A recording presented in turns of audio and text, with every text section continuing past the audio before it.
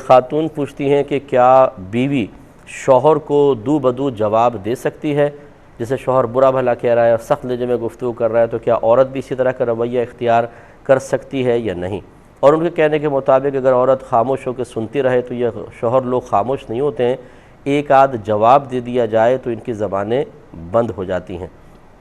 تو میری بہن، یہ شاید آپ کا ایک زندگی کا پاکیزہ تجربہ ہوگا کہ آپ نے کوئی بات سنائی اور آپ کے شوہر خاموش ہو گئے، ورنہ ہر گھر کی کہانی علیحدہ علیحدہ ہوتی ہے۔ کہیں عورت خاموشی سے سنتی ہے، صبر کرتی ہے، تو اللہ تعالیٰ شوہر کے دل میں یہ بات ڈالتا ہے کہ میں کتنی زیادتی کرتا ہوں اور یہ کتنے صبر کر رہی ہے، تو پیار محبت بڑھ جاتا ہے اور آدمی اپنی زیادتی کو خود محسوس کر کے بسا اوقات تائب ہو جاتا ہے۔ اور اسی طریقے سے جیسے اب آپ تھا کہ آپ نے جواب دیا تو شوہر خاموش ہو گئے، یہ بھی ہوتا ہے۔ اور کہیں ایسا ہوتا ہے کہ بیوی جواب دے تو پھر بات ٹھہرتی نہیں ہے بلکہ بہت بڑھ جاتی ہے اور شوہر شدید غصے میں آ کے الفاظ طلاق ادا کر دیتا ہے۔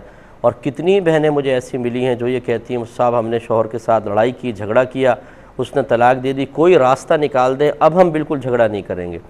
تو یہ اس طرح کی مختلف صورتحال ہیں۔ تو خلاصہ بہرحال شرعی مسئلہ یہی ہے کہ شوہر اگر زیادتی کر بھی رہا ہے تو بیوی کو چاہیے کہ اس کے حقوق کا لحاظ کرتے ہوئے کہ اللہ تبارک و تعالیٰ اور اس کے رسول کریم صلی اللہ علیہ وسلم نے شوہر کا بہت زیادہ حق رکھا ہے۔